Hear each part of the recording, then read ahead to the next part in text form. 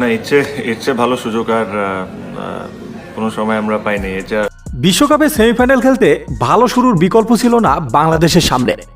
নাবিনুল হকের প্রথম ওভারে 2 বাউন্ডারি মেরে সেটারই আভাস দিলেন লিটন কুমার দাস। তবে পরের ওভারেই উল্টো চিত্র দেখালেন তানজিদ হাসান তামিম। কেননা ফজল হক ফারুকীর বলে এলবিডব্লিউ হয়ে সাজঘরে ফেরেন 0 রানেই। উল্লেখ্য, আজকের ম্যাচটিতে 13 ওভারের মধ্যেই জিততে পারলে বিশ্বকাপে সেমিফাইনাল নিশ্চিত হতো টাইগারদের।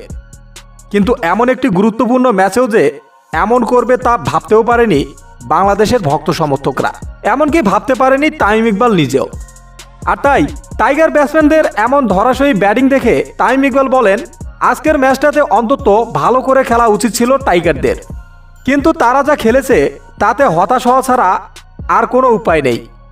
এছাড়াও তামিম ইকবাল বলেন, নিজেরা সেমিফাইনাল খেলতে না পারলেও অন্তত শেষ মুহূর্তে যে আফগানিস্তানকে সেমিফাইনাল খেলার সুযোগ করে দিয়েছে এটাই ছিল ভালো লাগার মতো।